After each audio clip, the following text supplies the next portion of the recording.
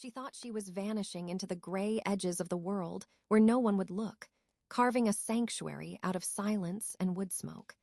But the shadows she feared were nothing compared to the ancient light living just beyond her doorstep, watching her mend in the dark. The echo of footsteps on a frozen path. A sanctuary built of secrets and silver. Two souls divided by a thin wooden wall. The slow unraveling of a predator's reach. A love that tastes like winter and ancient gold. The rain in the Silver Ridge territories didn't fall so much as it drifted, a fine, ghostly mist that clung to the dark needles of the pines and turned the world into a smudge of charcoal and slate. Elara pulled her thin coat tighter around her shoulders, the dampness seeping through the wool to touch the skin she had spent months trying to hide. Her suitcase, a battered thing with a broken latch held together by a prayer and a piece of twine, felt heavier with every step she took toward the small, lopsided cottage at the end of the lane. It was a place where the pack borders grew thin, where the wildness of the untamed mountains began to swallow the civilized world, and that was exactly why she had chosen it. Distance was her only currency now. She had traded her jewelry, her pride, and her very identity to get far enough away from the scent of cedar and ozone that defined Julian's presence, hoping that in this quiet, forgotten corner of the northern packs, she could simply become air. The cottage was smaller than she remembered from the faded photographs on the rental listing, a humble structure of weathered stone and cedar planks that looked as though it were bowing under the weight of the sky. To her, it was a fortress. She fumbled with the key, her fingers trembling, not from the cold, but from the lingering phantom of a hand that used to grip her wrist a little too tight. And when the lock finally clicked, she slipped inside like a ghost returning to its grave. The interior smelled of dried lavender and old wood, a scent so neutral and unthreatening that she found herself taking her first full breath in 3 days. She didn't turn on the lights. Instead, she leaned her forehead against the door, listening to the silence of the woods outside. It was a deep, resonant silence, the kind that only exists in places where the earth is ancient and the trees have seen empires rise and fall. She stood there for a long time, letting the darkness wrap around her like a protective shroud, feeling the frantic rhythm of her heart finally begin to slow to a steady, rhythmic thrum. Julian would never look for her here. He was a creature of marble floors and polished silver, an alpha who thrived on the worship of a sprawling city pack. He would never think to search for his runaway mate in a place where the mud stained your boots and the wind carried the scent of wet fur and pine resin. She was safe. She had to believe that. She moved through the small space with practiced quiet, her footsteps making no sound on the worn wool rug as she explored her new sanctuary. There was a narrow kitchen with a cast-iron stove, a small living area with a fireplace that looked as though it hadn't seen a flame in years, and a single bedroom that shared a wall with the house next door. She paused when she reached that wall, her hand hovering over the rough-hewn timber. She had been told the neighboring property was occupied, but the landlord had been vague about the tenant, mentioning only a quiet man who kept to himself. In her state of mind, a quiet man was the greatest luxury she could imagine.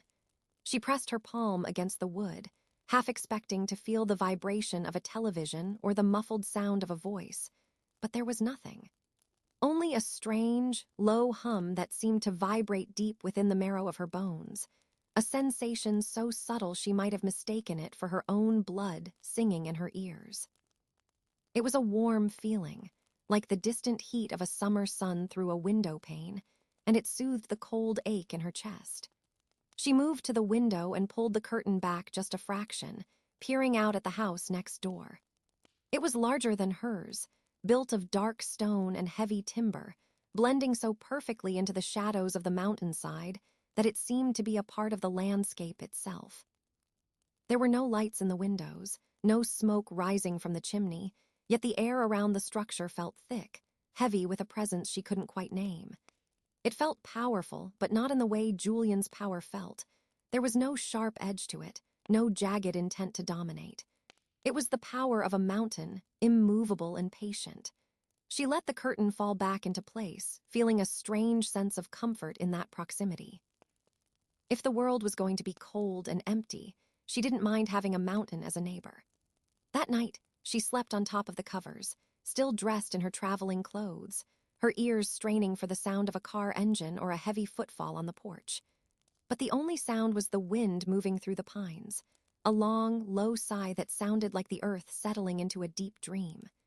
When she woke the next morning, the mist had cleared, revealing a world of vibrant, stinging green. The sunlight filtered through the trees in long, golden spears, illuminating the dust motes dancing in the air of her living room. She felt a tentative sense of peace, a fragile bloom of hope that she might actually be able to build a life here. She spent the morning unpacking her meager belongings, a few soft sweaters, a collection of dried herbs, and a single book of poetry with a cracked spine. She placed the book on the small table by the bed, her fingers lingering on the cover. It was the only thing she had kept from her life before Julian, a relic of a girl who used to believe that love was a thing of light and starlight. She was halfway through brewing a pot of tea when she heard the first sound from the house next door. It wasn't loud, just the soft, rhythmic thud of an axe hitting wood. She walked to the window, her heart skipping a beat, and peered out.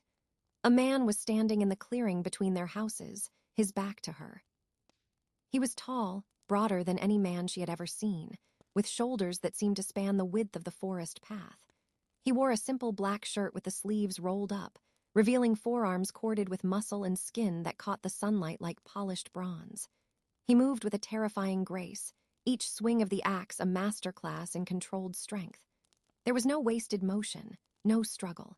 He simply existed in a state of perfect, lethal efficiency. Alara found herself unable to look away. There was something about him that felt familiar, though she knew they had never met. It was a feeling of gravity, as if the very air around him were being pulled toward his center. She watched as he split a massive log with a single blow, the wood splintering as if it were nothing more than dry parchment. Then, as if sensing her gaze, he paused.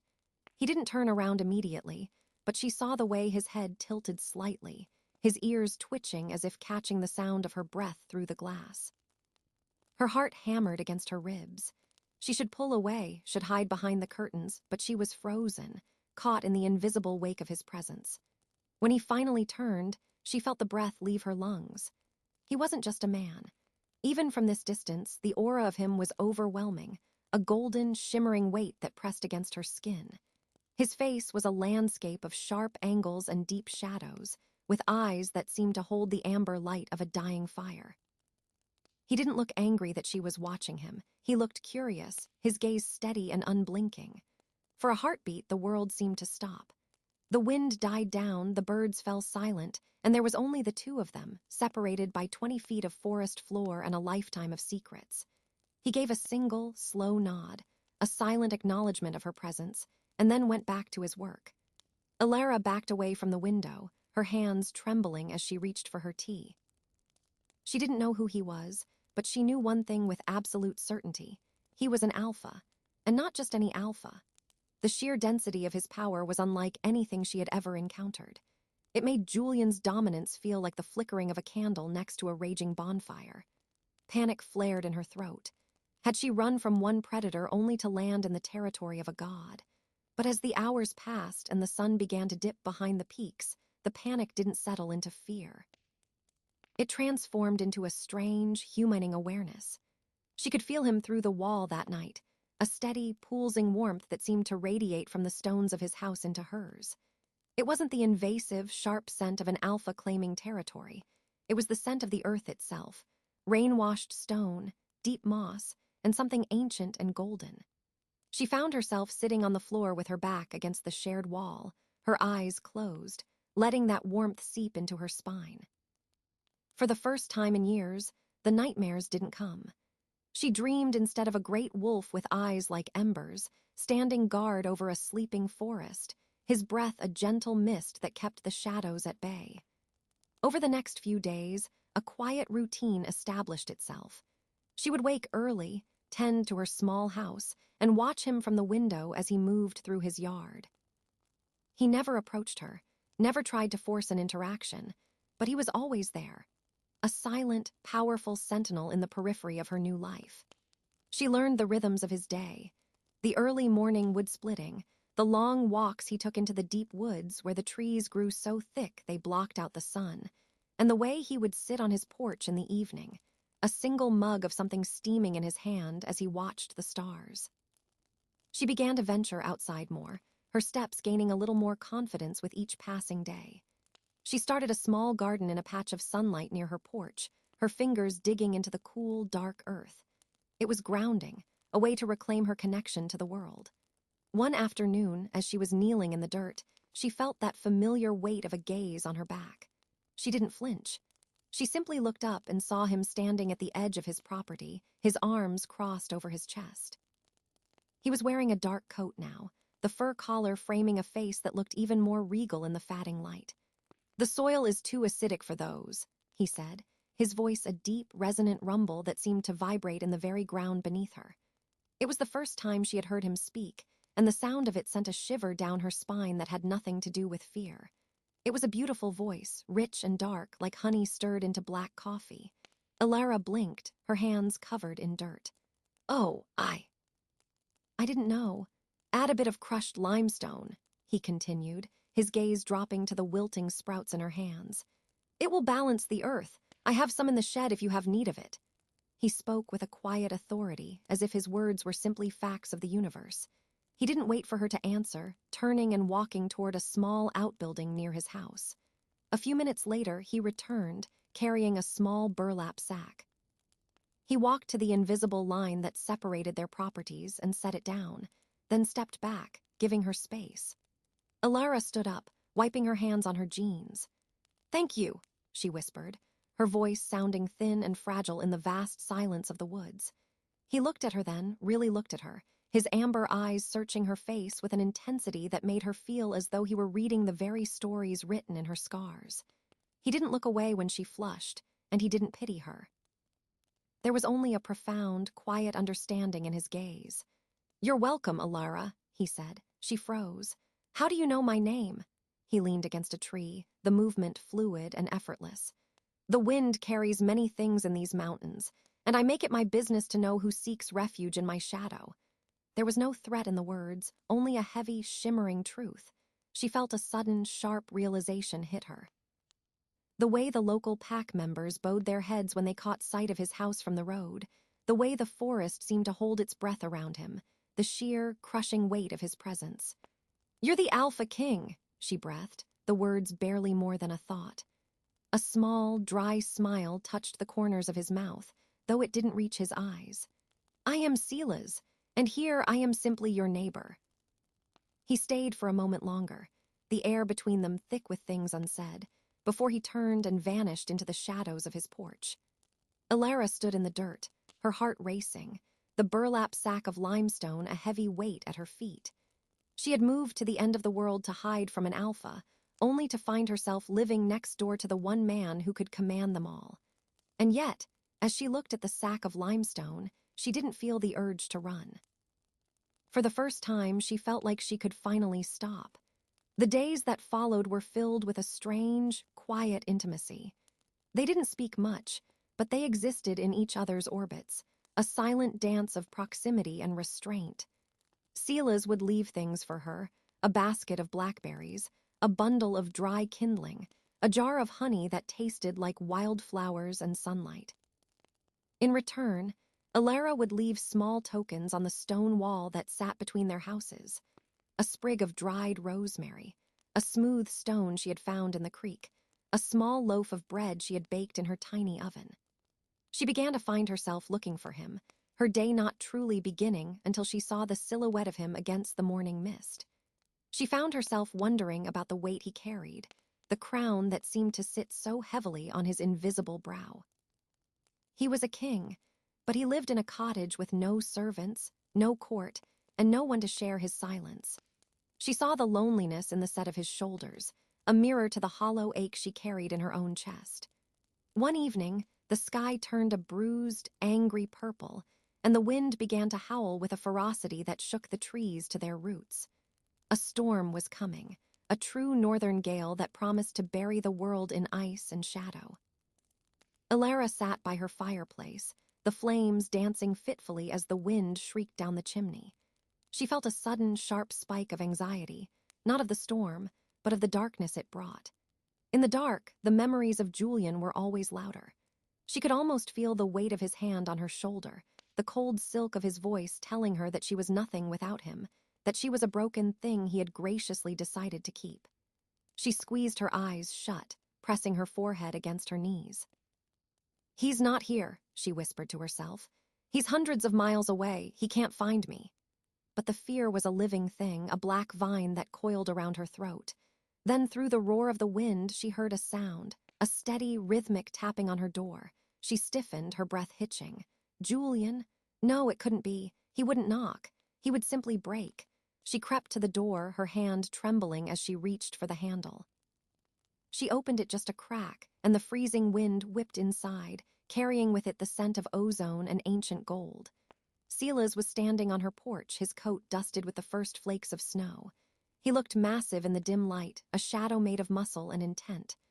"The storm is going to be bad," he said, his voice cutting through the wind like a warm blade. "My hearth is larger. The walls are thicker. You shouldn't be alone tonight." Alara looked at him, her eyes wide. She saw the concern in his amber gaze, the steady, unyielding strength that offered a harbor she hadn't known she was allowed to seek. She didn't think. She simply stepped back, opening the door wider. I don't want to be alone," she admitted, the words catching in her throat. Silas nodded, a gesture of solemn grace. He waited for her to grab her coat and a blanket, then led her across the dark, wind-swept clearing to his house. Inside, the air was warm and smelled of cedar and old books. A massive fire roared in the hearth, casting long, flickering shadows across the stone walls. It was a king's hall, hidden in a cottage's skin. There were shelves lined with ancient leather-bound volumes, heavy rugs on the floor, and a sense of history that felt as thick as the mountain air. Silas led her to a large leather armchair by the fire. "Sit," he commanded softly. "I will make tea." Alara sank into the chair, the warmth of the fire beginning to thaw the ice in her veins. She watched him as he moved through the kitchen, his movements sure and steady. He brought her a mug of tea, the steam rising in white curls, and then he sat on the stone hearth across from her. He didn't try to fill the silence. He simply existed there, a solid, grounding presence that pushed back the shadows of her mind. "Tell me about the man you are running from," he said after a long time. It wasn't a demand. It was an invitation to unload a weight she had been carrying for too long. Alara looked into her tea, the liquid shimmering in the firelight. He was my alpha, my mate, or so I thought. He told me that my purpose was to be his reflection, to be the beautiful thing he kept on his arm. And when I tried to be more, when I tried to have a voice, he tried to break it. She spoke the words in a low, flat tone, the pain of them so old it had become a part of her geography. He didn't use his fists, not at first. He used his words, his power, the way he could make the very air feel like it was crushing me. He made me believe I was small. He made me believe I was nothing. Silas's eyes darkened, the amber turning to the color of molten iron. The air in the room suddenly grew heavy, the power he usually kept so carefully coiled beginning to leak out. "A man who must break his mate to feel strong is no alpha," he said, his voice a low, dangerous growl. "He is a coward wearing a title he does not deserve." Alara looked up, surprised by the sudden violence in his tone. "He's powerful, Silas. He has a whole pack, a city. He has resources.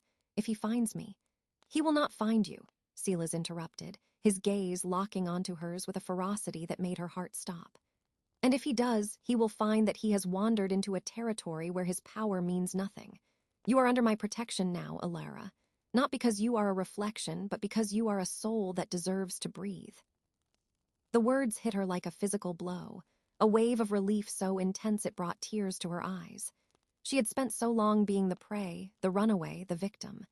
To be told she was a soul worth protecting, not for what she could give, but for who she was a kindness she didn't know how to carry. She leaned back in the chair, the tears finally spilling over. Silas didn't move to comfort her with a touch, sensing perhaps that she wasn't ready for it. Instead, he began to talk. He told her about the mountains, about the ancient spirits that lived in the peaks, and about the weight of being a king when all you wanted was the peace of the woods. He spoke of the stars and the way they guided the lost, and his voice was a steady, rhythmic lullaby that eventually pulled her into a deep, dreamless sleep. When she woke the next morning, she was still in the chair, a heavy wool blanket draped over her. The storm had passed, leaving behind a world buried in a pristine, glittering white. Silas was standing by the window, his silhouette dark against the blinding brightness of the snow.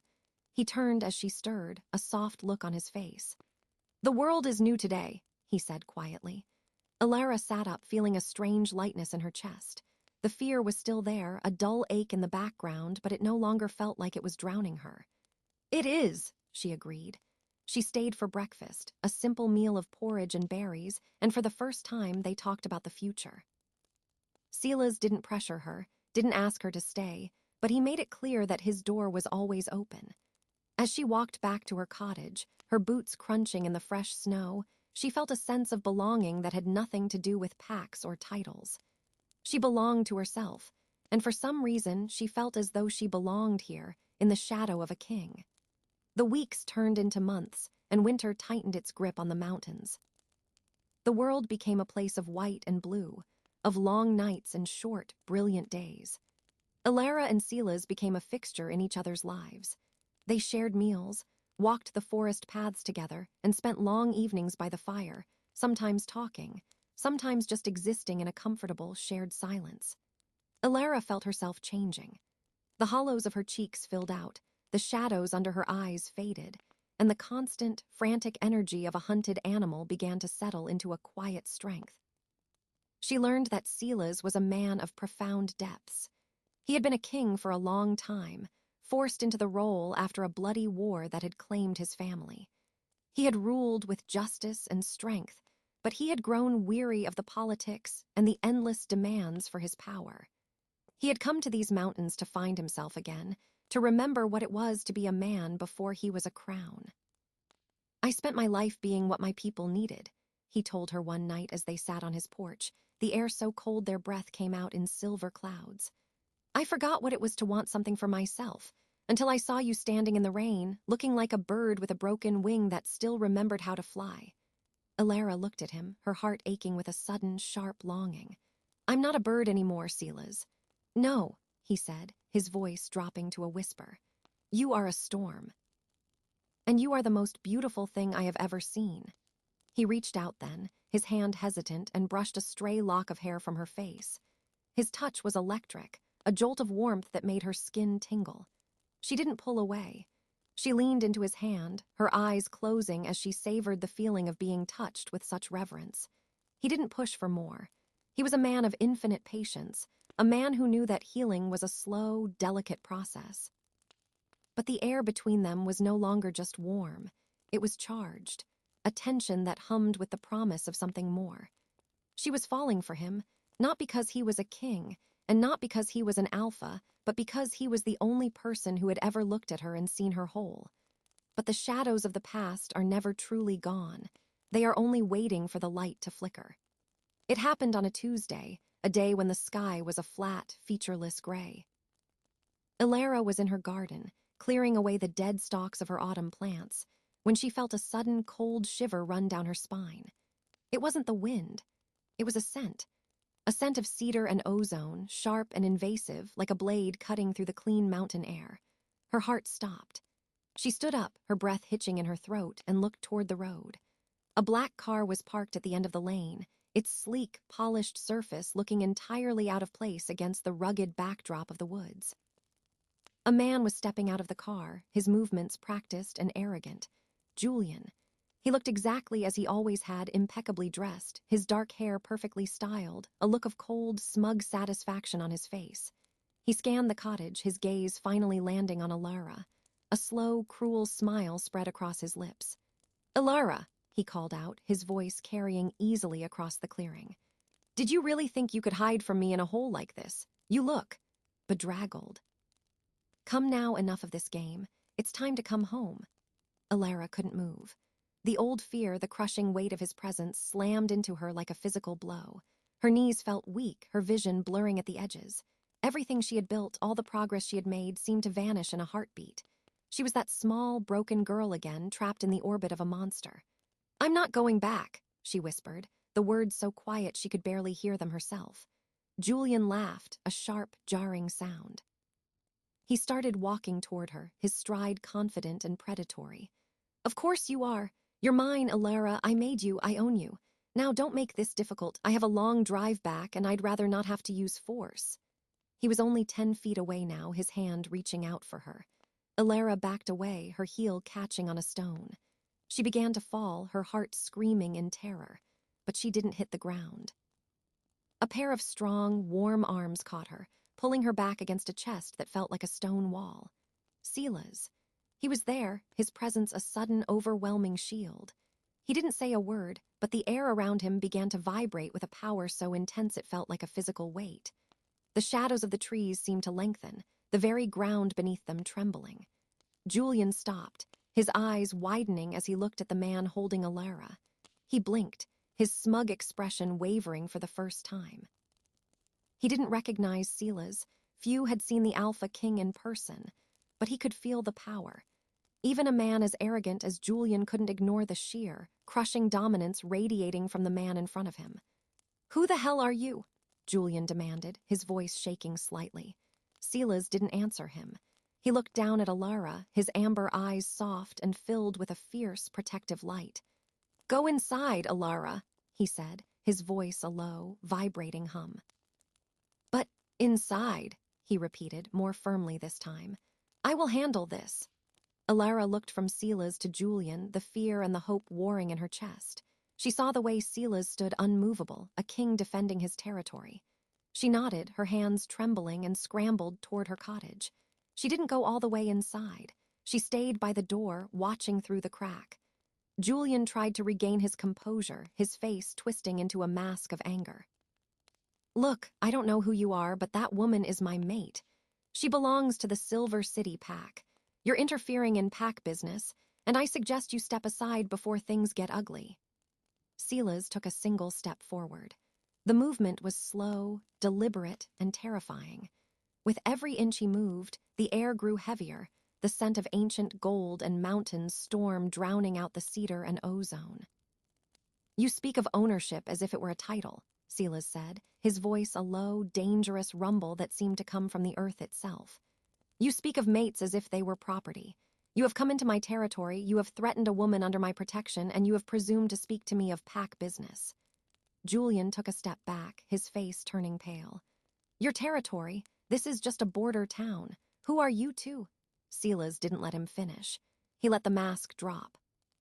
He let the full weight of his power explode outward, a golden, shimmering wave of dominance that knocked the birds from the trees and sent the forest into a sudden, terrified silence. The sheer scale of it was impossible to comprehend. It was the power of 1,000 alphas, the authority of a bloodline that had ruled since the world was young. Julian fell to his knees, his breath coming in ragged gasps as the pressure crushed the air from his lungs. He looked up at Sela's, his eyes filled with a sudden, dawning horror. He finally realized who he was standing in front of. The king, he wheezed, his head bowing involuntarily under the weight of Sela's gaze. Sela stood over him, a figure of absolute terrifying majesty. He didn't shift, he didn't snarl, but he didn't have to. The very air was his weapon. "You will leave this place," Sela's commanded, his voice a decree that vibrated in the bones of everyone within miles. "You will never speak her name, you will never seek her out. You will strike her existence from your records, and you will forget you ever set foot in these mountains.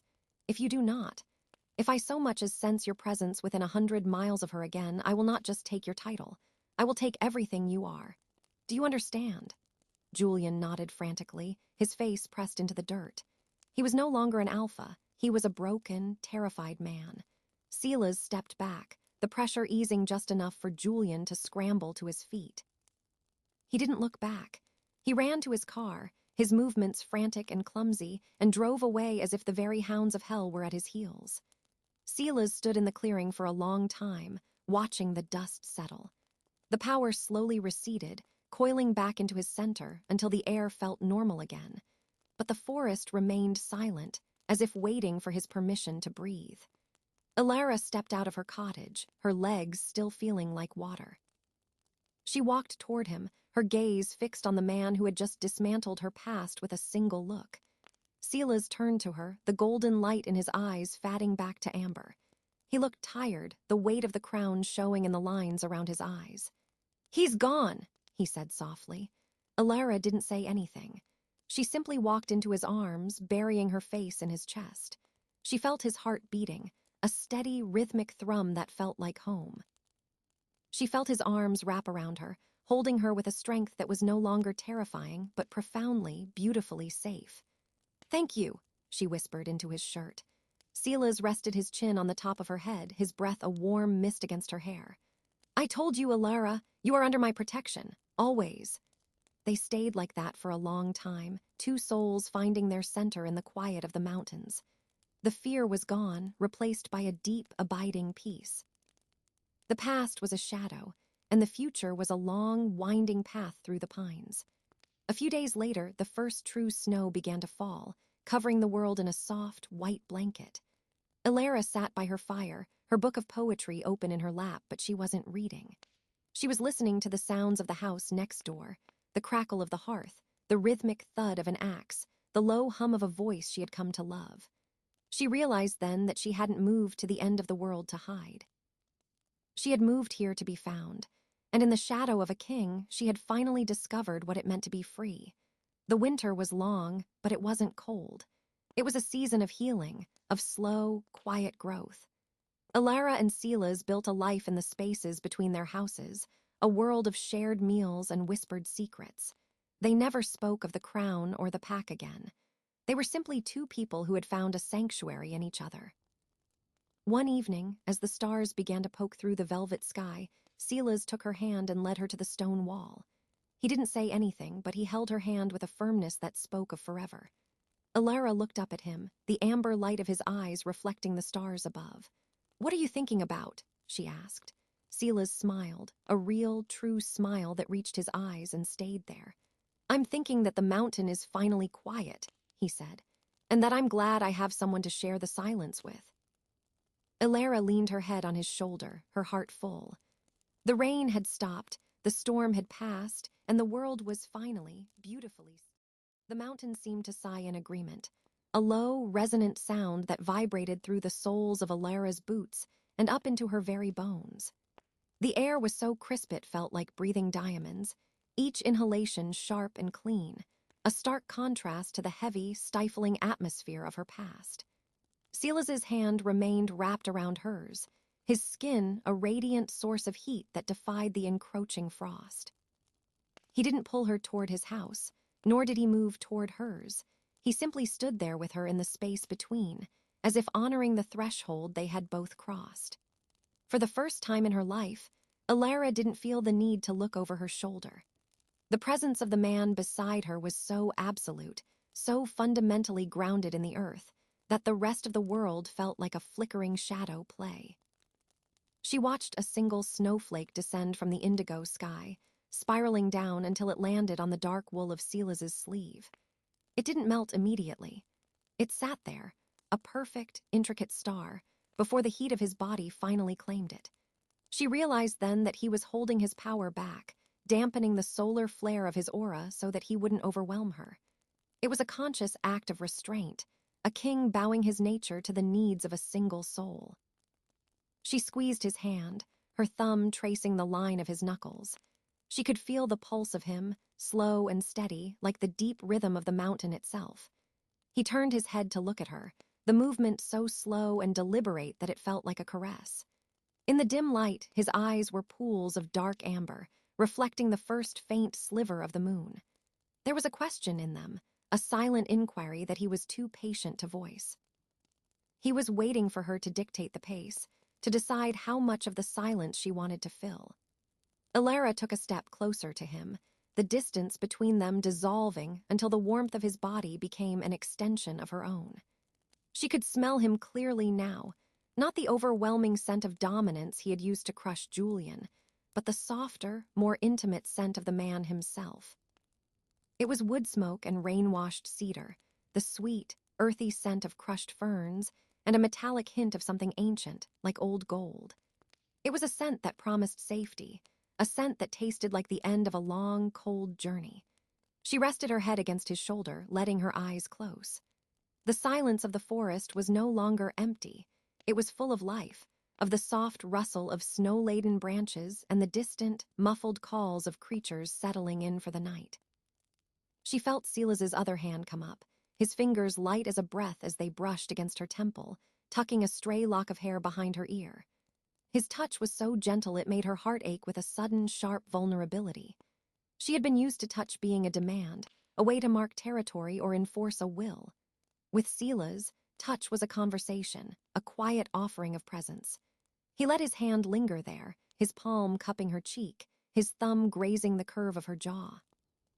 The heat of him was intoxicating, a slow-burning fire that seemed to melt the last of the ice around her heart. She felt a soft vibration in his chest, a low, contented sound that wasn't quite a purr, but held the same primal satisfaction. He was happy, she realized with a start. This man, who had commanded armies and ruled a kingdom, found his peace in a quiet clearing with a woman who had nothing left but her name. It was a humbling thought, a realization that made her breath hitch. She looked up at him, her eyes searching his face. The sharp angles of his features were softened by the moonlight, the shadows playing across the bridge of his nose and the curve of his lips. He looked younger in this light, less like a monument and more like a man who was discovering the world for the first time. "I used to think that power was something you had to take," she whispered, her voice barely audible over the soft fall of the snow. Julian always said that the world was divided into those who rule and those who are ruled. He made it seem so simple, so inevitable. Silas's gaze didn't waver, but his grip on her hand tightened just a fraction. "Power is a burden, Alara. It is not something to be wielded like a lash. True power is the ability to protect what is fragile, to nurture what is broken until it can stand on its own. Your ex-mate didn't have power. He had a hollow throne built on fear. Fear is a brittle foundation. It shatters the moment it encounters something that does not bow." He paused, his thumb tracing the line of her lower lip. "You didn't bow, you ran. You chose the unknown over the familiar cage. That is a power he could never understand." The words settled deep within her, a healing balm for the scars she couldn't see. She reached up, her fingers trembling as she touched the collar of his coat, feeling the coarse fur and the heavy fabric. She wanted to know everything about him, the wars he had fought, the burdens he had carried, the dreams he had set aside to become the man he was today. But she also knew that those stories would come in time. For now, there was only the snow and the silence and the way his heart beat against hers. He leaned down, his forehead resting against hers. The proximity was dizzying, the air between them thick with a tension that was no longer about fear or protection. It was about longing. It was the pull of the moon on the tide, the way the earth turns toward the sun. She could feel the invitation in his breath, the silent plea for her to take the final step. She didn't hesitate. She stood on her tiptoes, her hands sliding up to cup his neck, her fingers tangling in the hair at the nape of his neck. It was thick and soft, smelling of the outdoors. She pulled him down, her lips meeting his in a kiss that was as much a question as it was an answer. It was a slow, tentative exploration, a tasting of cedar and honey and the cold night air. Silas groaned low in his throat, a sound of pure, unadulterated need that made her knees go weak. His arms wrapped around her, pulling her flush against him, lifting her off her feet until she was suspended in his strength. The kiss deepened, becoming something more than just a gesture. It was a soul-deep recognition, a bridge built between two lonely shores. She could feel the power in him, the raw, golden energy of the Alpha King, but it was no longer a threat. It was a hum of life, a song of the ancient world that vibrated through her, making her feel more alive than she had ever been. He tasted of the mountains, of the wild places where the maps end and the truth begins. When he finally pulled back, they were both breathless, their chests heaving in the cold air. Silas didn't let her go, his arms remaining a solid, unshakable ring around her waist. He looked at her with an expression of such intense devotion that it felt like a physical weight. "I have waited a very long time for you, Alara," he said, his voice a ragged whisper. She leaned her head against his chest, listening to the frantic rhythm of his heart. "You didn't even know I existed until a few months ago." Silas let out a soft, huffing laugh, the sound warm against her hair. "I knew the shape of you. I knew the silence you would bring to my house. I knew that one day, the wind would carry a scent that would make me want to stop running and build a home." He pulled back just enough to look her in the eyes. "This cottage was supposed to be my grave, Alara, a place to wait for the end of my days in peace, but you turned it into a beginning." He took her hand again, but this time, he led her toward his house. The stone path was buried in snow, but he moved with a surety that made the obstacles irrelevant. He opened the heavy wooden door, and the warmth of the interior spilled out to meet them, a golden glow that smelled of old wood and burning embers. He didn't let go of her hand as they stepped inside. The house felt different tonight. The shadows were no longer heavy. They were cozy, intimate corners that held the promise of shared secrets. The fire in the hearth had burned down to a deep, poolsing red, casting a warm light over the shelves of books and the heavy rugs. Silas led her to the large leather chair where she had slept during the storm. He sat down and pulled her into his lap, his large frame easily accommodating her. Alara felt small in his embrace, but it was a comfortable smallness, the feeling of a bird finally returning to its nest. She leaned back against his shoulder, her eyes fixed on the embers. "What happens now?" she asked, the words a soft murmur. Silas rested his hand on her thigh, his fingers tracing patterns on the denim of her jeans. "Now we live.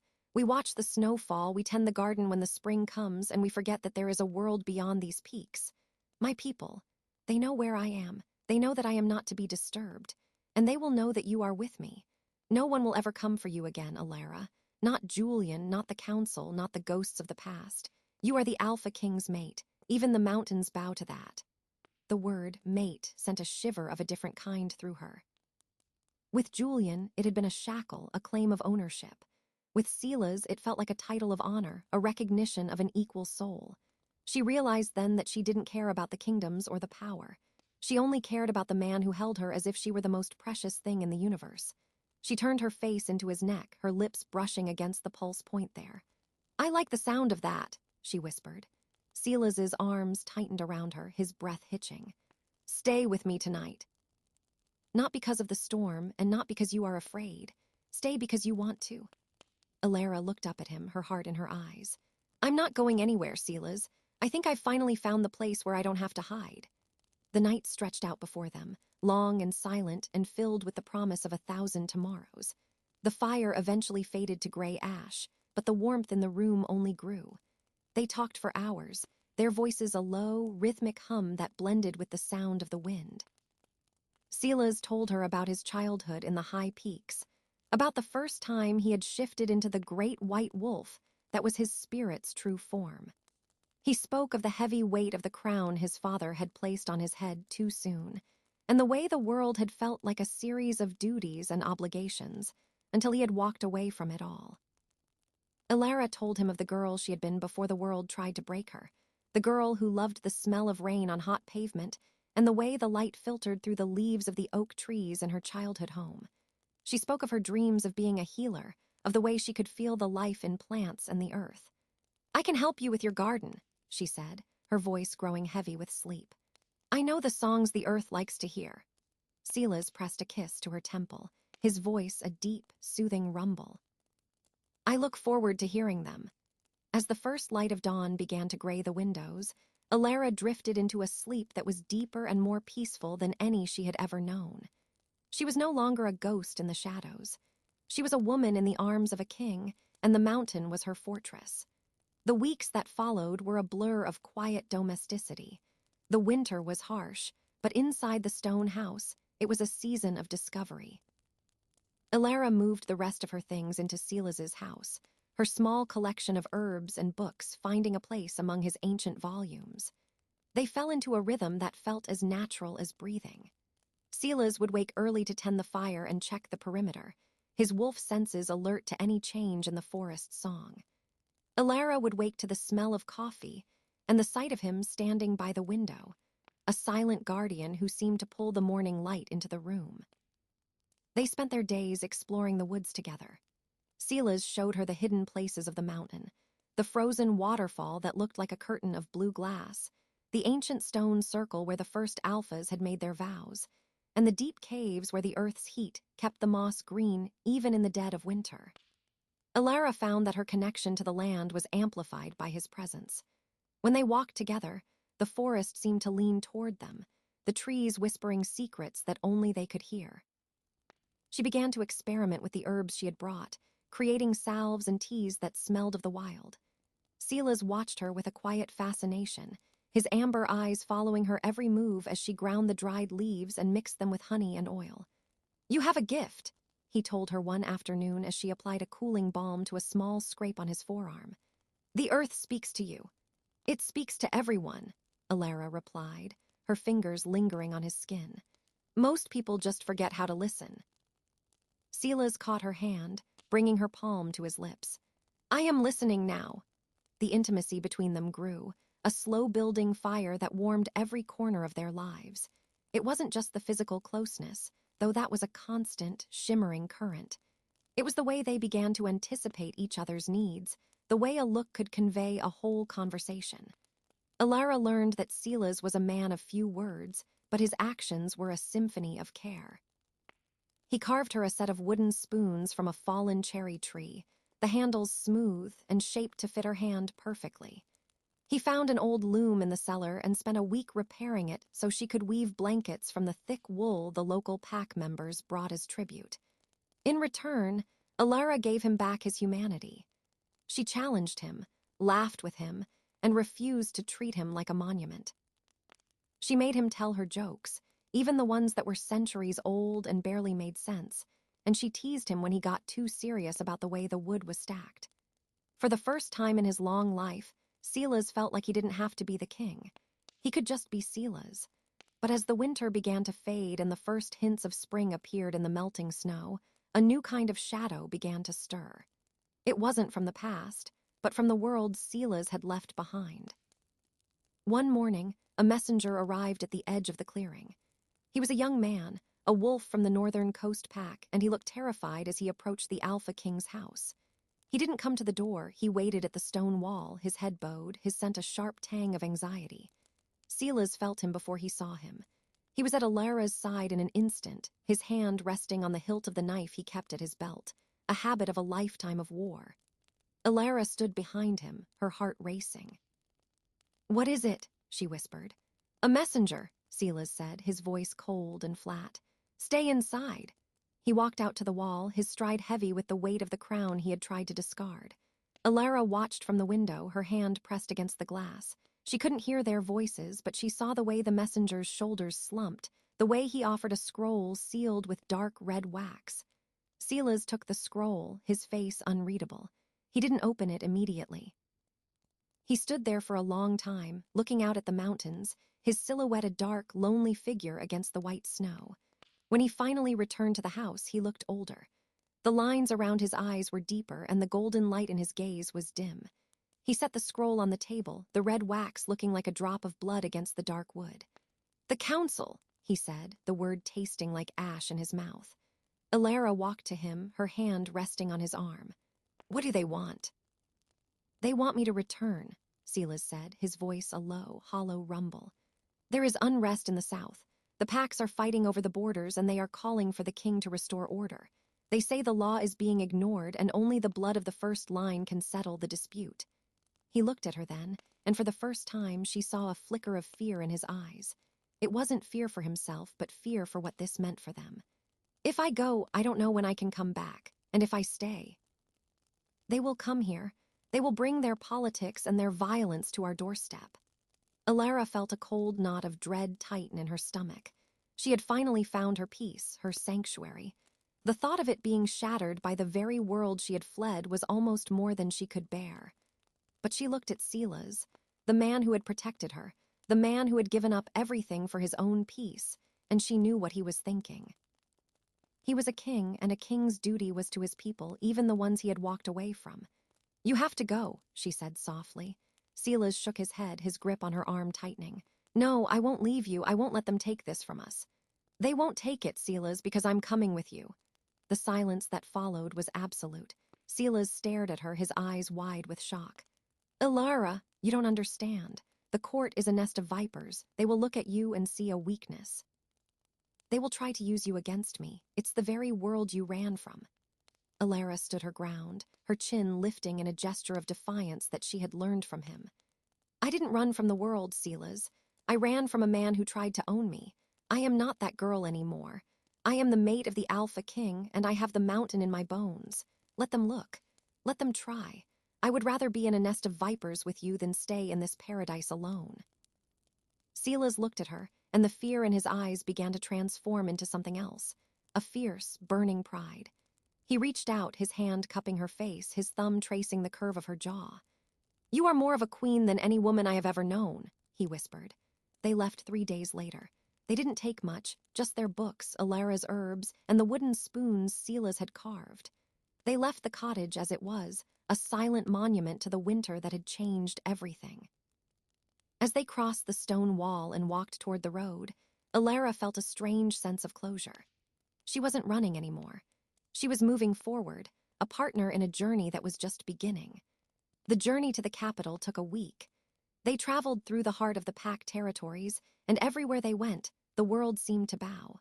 Word of the king's return had spread like wildfire, and the roads were lined with wolves who had come to see the man who had disappeared into the mist. They looked at Silas with awe, but they looked at Ilara with a profound curiosity. She sat beside him in the heavy black car, her hand firmly in his, her gaze steady. She didn't hide. She didn't look down. She wore her new identity like a suit of armor, her presence a silent testament to the man beside her. When they finally reached the capital, a city of white stone and soaring glass that looked like a crown placed upon the earth, the air was thick with tension. The council was waiting for them in the great hall, a room of marble and silver that echoed with the weight of centuries of law. Silas walked into the room with Ilara at his side, his footsteps a rhythmic thrum that silenced the murmurs of the gathered alphas. He didn't go to the throne immediately. He stood in the center of the hall, his hand still holding Ilara's, his gaze sweeping over the council members with a cold, unyielding authority. You called for the king, Silas said, his voice a low, dangerous rumble that filled every corner of the room. The king is here, but I do not come alone. This is Ilara, my mate. She is the heart of my house, and her voice is my voice. Any word spoken against her is spoken against the crown. Any hand raised toward her will be met with the full weight of my judgment. Do we understand each other? The silence was deafening. The council members, men and women who had spent their lives jockeying for power, looked at the woman beside their king. They saw the strength in her gaze, the quiet power that radiated from her skin, and the way the king looked at her, not as a possession, but as an anchor. One by one, they bowed their heads. We understand, Your Majesty, the head of the council whispered. The weeks that followed were a whirlwind of negotiation and law. Silas worked tirelessly to settle the disputes, his presence a stabilizing force that quelled the fires of rebellion. He was fair, but he was firm, and slowly, the packs began to settle into a new kind of order. Ilara was not a silent observer. She used her knowledge of the earth and the healing arts to establish clinics in the border territories, places where those who had been hurt by the infighting could find sanctuary. She became a bridge between the high court and the people, her empathy a counterpoint to Silas's strength. They were a pair, a balance of sun and moon, power and mercy. Julian was never seen again in the capital. Word had reached the city of what had happened in the mountains, and his reputation had been shattered. His pack had ousted him, choosing a new leader who was more interested in peace than in dominance. He was a ghost, a cautionary tale of what happened to those who tried to break what they should have cherished. One evening, after a long day of meetings, Silas and Ilara stood on the balcony of their private quarters looking out over the city. The lights below twinkled like a carpet of fallen stars, and the air was soft with the scent of spring flowers. Silas wrapped his arms around her from behind, pulling her back against his chest. Do you miss it? He asked, his voice a soft murmur against her ear. The mountain, the silence. Ilara leaned her head back against his shoulder, her eyes closing. Sometimes. I miss the way the snow looked in the morning. I miss the wooden spoons. Sela's laughed, a warm, rich sound that made her heart swell.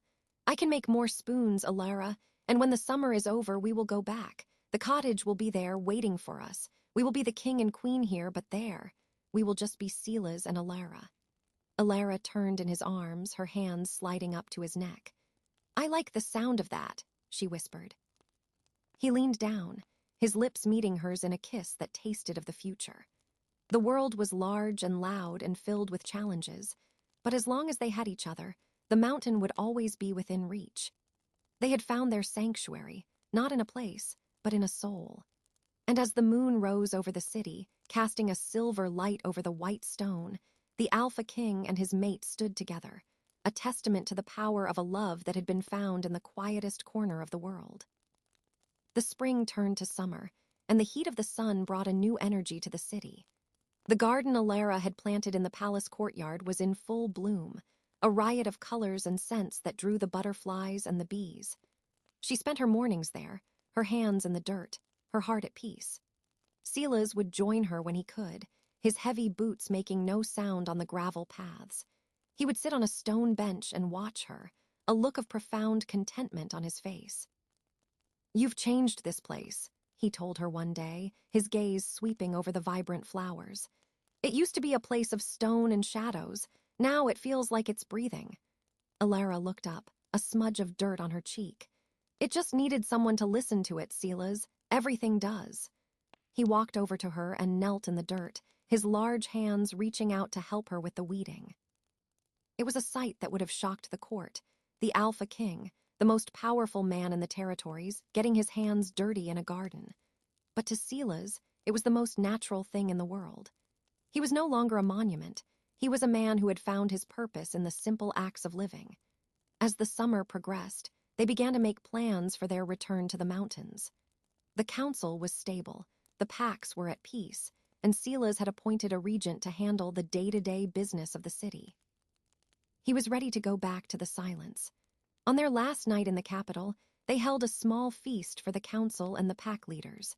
It was a celebration of the peace they had built, but it was also a farewell. Alara wore a gown of deep green silk that matched the color of the forest, her hair braided with wildflowers. Sela's wore his formal black tunics, the silver wolf of his line gleaming on his chest. They sat at the head of the table, their hands joined under the cloth, a silent signal of their unity. The atmosphere was one of genuine warmth, a far cry from the tension that had greeted their arrival. As the night drew to a close, Sela's stood up to offer a final toast. He looked out at the faces of his people, his gaze steady and filled with a quiet strength. I came back to this city because it was my duty, he said, his voice carrying to every corner of the hall. But I leave because I have found something more important. I have found that a kingdom is not built of stone or law, but of the hearts of those who live within it. I leave you in peace, but I do not leave you forever. The mountains are my home, but my spirit will always be with this city. He looked down at Alara, his eyes softening. And I go with the woman who taught me that even a king needs a sanctuary. The applause was thunderous, a roar of approval that shook the rafters. Alara felt tears of joy sting her eyes as she stood beside him, her heart overflowing. They had done it.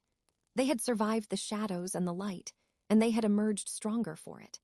The journey back to the mountains felt like a homecoming. As the air grew cooler and the trees grew taller, Alara felt the weight of the world falling away. When they finally rounded the bend and saw the small, lopsided cottage and the grand stone house, she felt a sob of relief catch in her throat. It was exactly as they had left it, a sanctuary built of secrets and silver, waiting for them in the quiet of the pines. Sela's stopped the car at the end of the lane, and they walked the rest of the way. The air was filled with the scent of pine and wet earth, a scent that tasted like freedom. They walked to the stone wall, the place where it had all begun. Sela's turned to her, the golden light in his eyes reflecting the setting sun. Welcome home, Alara, he whispered. She stepped into his arms, her eyes closing as she felt the familiar rhythm of his heart. I am home, Sela's. Wherever you are, I am home. The sun dipped below the peaks, casting long purple shadows over the clearing. The birds fell silent, the wind died down, and the mountain began its nightly song. Inside the stone house, a fire was lit, the warm glow spilling out into the dark. The Alpha King and his mate were back in their shadow, and the world was finally perfectly still.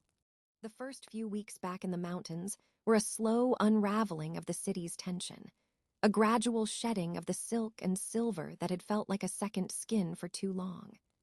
Elara found herself spending more time in her original small cottage during the day, not because she wanted to be away from Sela's, but because the humble space served as a reminder of how far she had come. She cleaned the dust from the windows and polished the small wooden table where she had first sat in terror, listening to the rain. Now, the rain was a friend, a rhythmic drummer on the roof that sang of growth and renewal. Sela's often found her there, his massive frame filling the doorway, his presence a warm, golden anchor in the small room. He didn't ask her to leave the cottage behind. He understood that it was the chrysalis from which she had emerged. Instead, he helped her transform the space into a sanctuary of a different kind, a place of healing. They spent their afternoons gathering the bounty of the late summer woods. The mountain was generous, offering up roots of valerian, clusters of elderberry, and the silver-green leaves of mountain sage. Sela's moved through the underbrush with the silence of a predator and the precision of a scholar, pointing out rare lichens that grew only on the north side of ancient stones, and explaining how the sap of the blue pine could be used to seal a deep wound. Elara listened with her soul as much as her ears, her own innate connection to the earth vibrating in response to his knowledge. She began to fill the shelves of the cottage with glass jars and ceramic crocks, the air becoming a thick, aromatic soup of drying herbs and simmering tonics. She became known to the local pack, not just as the king's mate, but as the woman with the gentle hands and the eyes that saw the hidden hurts. They began to come to the edge of the clearing, shyly at first, then with more confidence, bringing a child with a fever or a hunter with a lingering cough.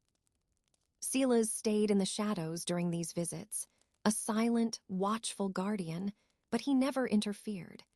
He watched Elara work with a look of such profound reverence that it often made her breath catch. He saw her as a weaver of life, a woman who had taken the fragments of her own brokenness and used them to mend the world around her. One evening, as the first hints of autumn began to paint the maples in shades of copper and gold, Sela's led her deep into the heart of the mountain, beyond the places they had explored before.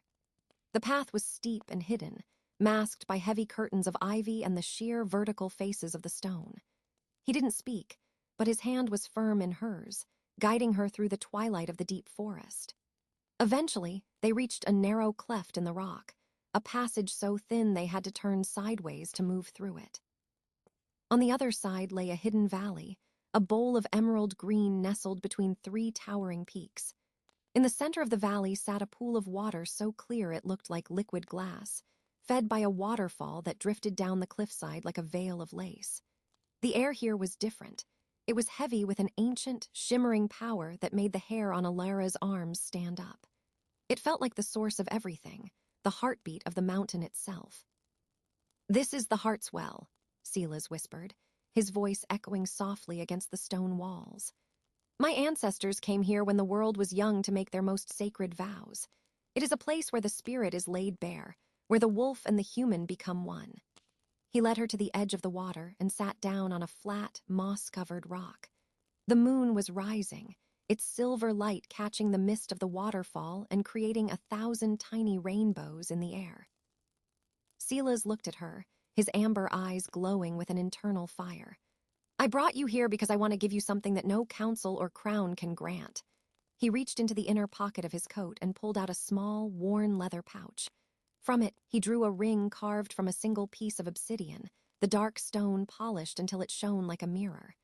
Inlaid in the surface was a thin thread of gold, twisted into the shape of a mountain peak. "This was my mother," he said softly. "She was a woman of the earth, much like you. She believed that love was the only thing that could truly tame the wildness of our blood.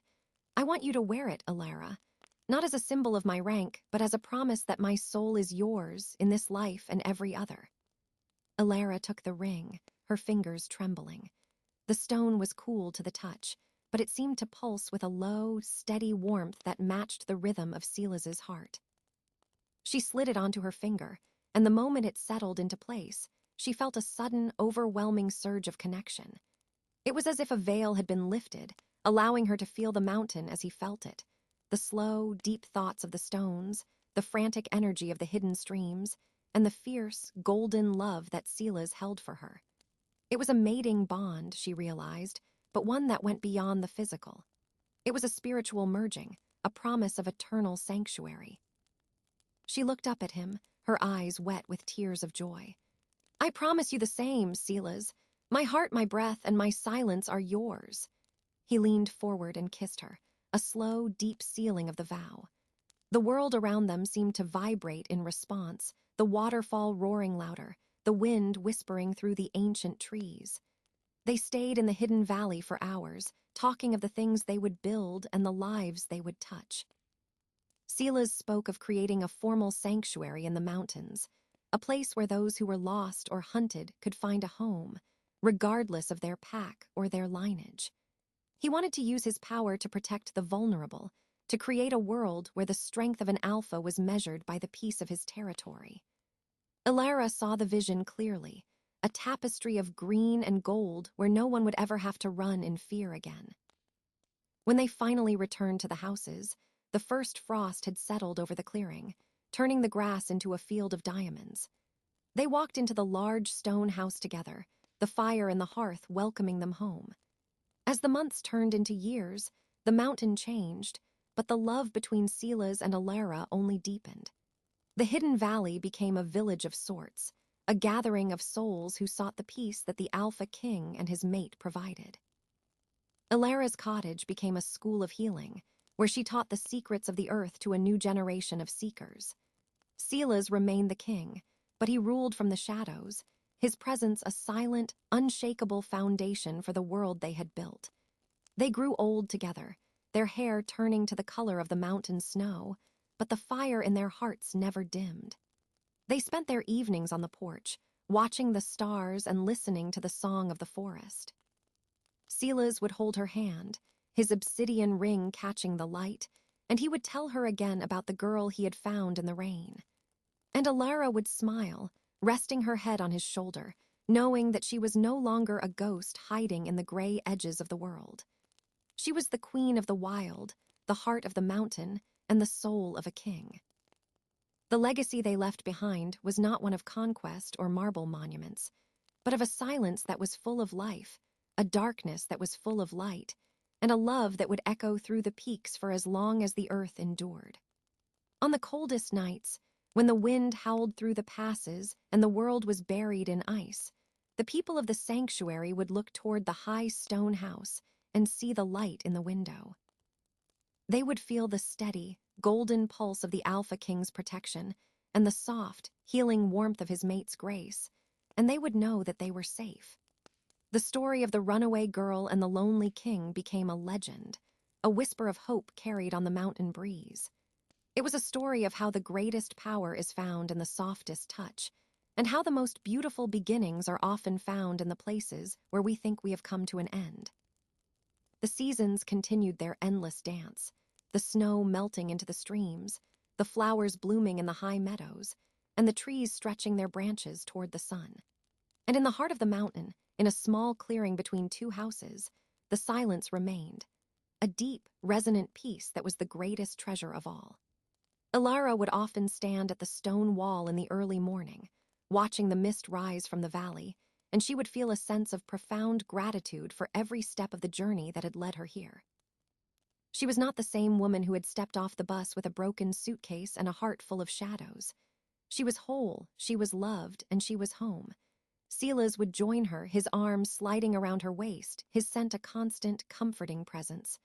"What are you thinking about?" he would ask, his voice a low, melodic rumble. And Ilara would look at him, her eyes bright with the light of the morning. "I'm thinking that I'm glad I moved next door," she would say. And Silas would laugh, a sound that made the birds take flight and the flowers turn toward the light. "I am too, Ilara. I am too." The cycle of life in the mountains was a slow, beautiful poem, a story written in the dirt and the stone and the stars. It was a story without an end, a river of time that flowed through the heart of the forest, carrying with it the whispers of two souls who had found their peace in the shadow of a king. Even when the winter returned, as it always did, the cold had no power over the hearth they had built. The memories of Julian and the fear of the past were like leaves caught in a storm, carried away and lost in the vastness of the mountains. In their place, new memories were forged. The sound of laughter in the garden, the taste of fresh bread shared by the fire, the sight of the great white wolf running through the moonlit snow with a smaller, swifter companion by his side. They were the guardians of the north, the keepers of the ancient flame, and the living proof that even the darkest fantasy can find its way to the light. The mountain was their witness, the sky was their canopy, and the earth was their bed. And as the years stretched into decades, the bond between them grew so strong that it became a part of the landscape itself, a shimmering, golden thread that woven through the trees and the streams, a promise of sanctuary for all who sought it. The Alpha King and his mate had created a world where the only thing that mattered was the warmth of a hand in the dark and the steady rhythm of a heart that beats for another. And in that silence, in that deep, resonant peace, they found everything they had ever been looking for. The cottage remained, a small, weathered structure at the edge of the clearing, its windows always glowing with a soft, inviting light. It was a reminder of where the journey had begun, a monument to the girl who had dared to run and the king who had dared to stop. And as the sun set over the peaks, casting a final, golden glow over the valley, the world was finally, perfectly still. The passage of time in the mountains didn't feel like the ticking of a clock. It felt like the slow, deliberate breath of the earth, a rhythm that pulsated through the soil and the stone until it became the very cadence of Alara's heart. As the heat of the summer sun began to soften into the golden haze of late August, the world seemed to pause, suspended in a state of perfect, heavy ripeness. The air was thick with the scent of wild honey and drying grass, a fragrance so sweet it felt like a physical weight against her skin. She spent her afternoons in the small meadow between the two houses, a space that had once been a no-man's land of fear and suspicion, but had now become the vibrant center of her world. The wall of the cottage, once a barrier of timber and secrets, was now just a landmark in a landscape of belonging.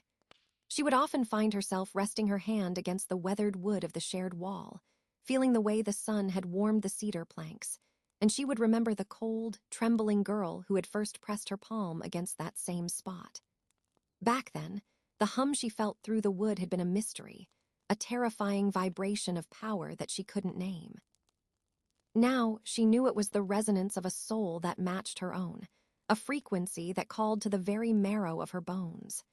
Sila's was never far, even when he was physically absent. She could feel him in the shifting of the wind, in the way the shadows fell across the porch, and in the deep, resonant silence that preceded his return from the high ridges. He was the mountain's king, but to her, he was the man who brought her sprigs of wild mint and watched her sleep with a look of such profound gratitude it made her feel as though she were the one wearing a crown. One afternoon, as she was hanging bundles of lavender from the rafters of her porch, she felt a change in the air, a sharp, electric tingle that signaled someone was approaching the clearing. It wasn't the scent of the local pack, and it wasn't the heavy, golden aura of Sila's. It was a scent of salt and iron, a tired, ragged scent that spoke of miles traveled in fear.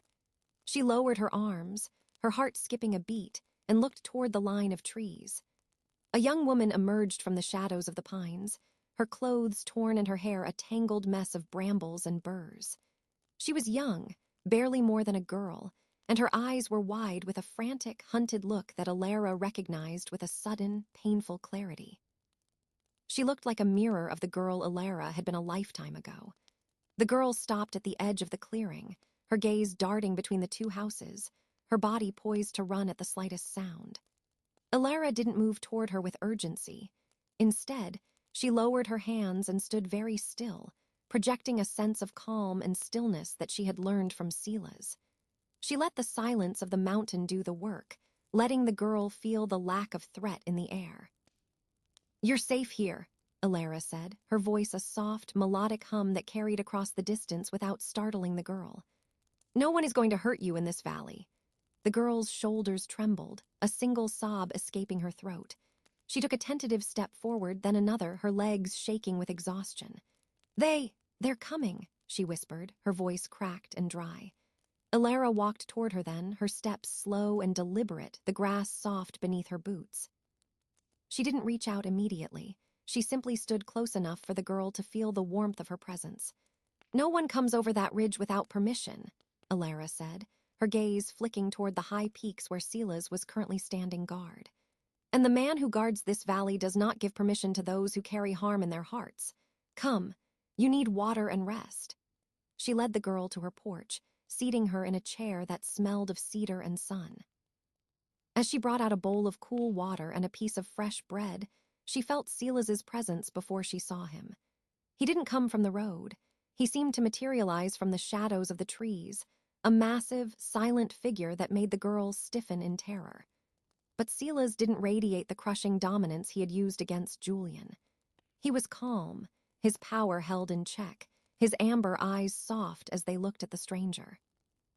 He walked to the edge of the porch and stopped, his gaze meeting Alara's in a silent exchange of understanding.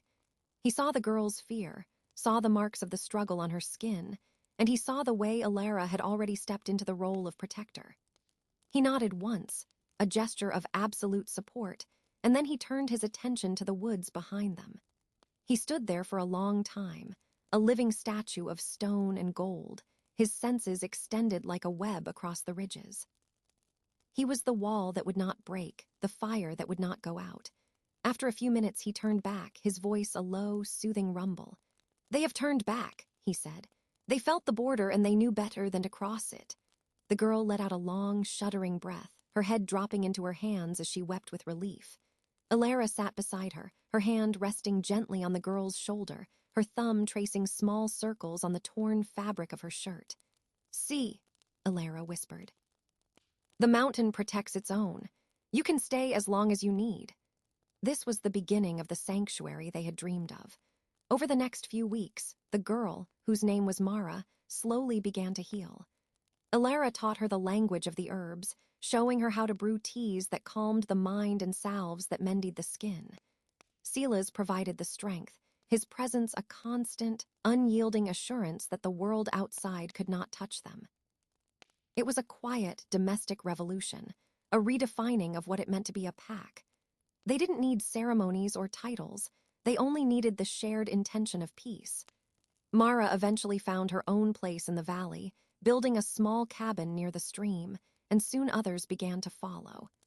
They came in ones and twos, the broken, the lost, the ones who didn't fit into the rigid hierarchies of the city packs.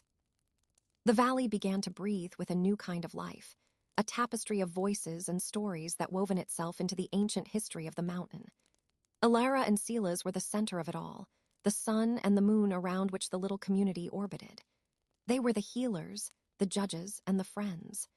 And yet, despite the growing number of people in the valley, the intimacy between Alara and Silas never diminished. It only grew deeper, a subterranean river that fed everything they built. They still spent their evenings on the porch of the stone house, watching the stars and listening to the wind. Silas would often pull out a piece of wood and his carving knife, his large hands moving with a grace that never failed to fascinate her.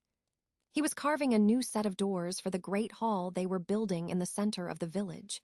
Massive, heavy portals that would be carved with the history of the mountain and the faces of those who had found peace there. Alara would sit beside him, her head on his shoulder, her fingers playing with the obsidian ring on her hand. She felt a profound sense of completion, a realization that every shadow she had walked through had been a step toward this light. She thought of Julian sometimes, but the memory no longer had the power to sting. He was a ghost from a different world, a hollow man who had never understood the true nature of power. She hoped that somewhere he had found his own peace, though she doubted he would ever look for it in the places that mattered. One night, as the first true frost of autumn began to paint the world in silver, Silas put down his carving knife and looked at her. The fire in the hearth was low, the embers glowing like rubies in the dark. The room was silent, save for the soft, rhythmic breathing of the mountain outside. "Do you remember the day you arrived?" he asked, his voice a low, melodic hum. Ilara smiled, her eyes fixed on the embers. "I remember the rain. I remember the weight of my suitcase and the way the door felt like it was made of lead. I remember thinking that if I could just stay quiet enough, the world would forget I existed." Silas reached out and took her hand, his thumb tracing the line of her knuckles. "The world did forget you, Ilara, but the mountain didn't. I didn't. I spent centuries waiting for someone who could see the man behind the crown, someone who could walk into my shadow and not be afraid. You didn't just hide here. You brought the light back into this house." He pulled her closer, his arms wrapping around her with a strength that was as much a part of her now as her own breath.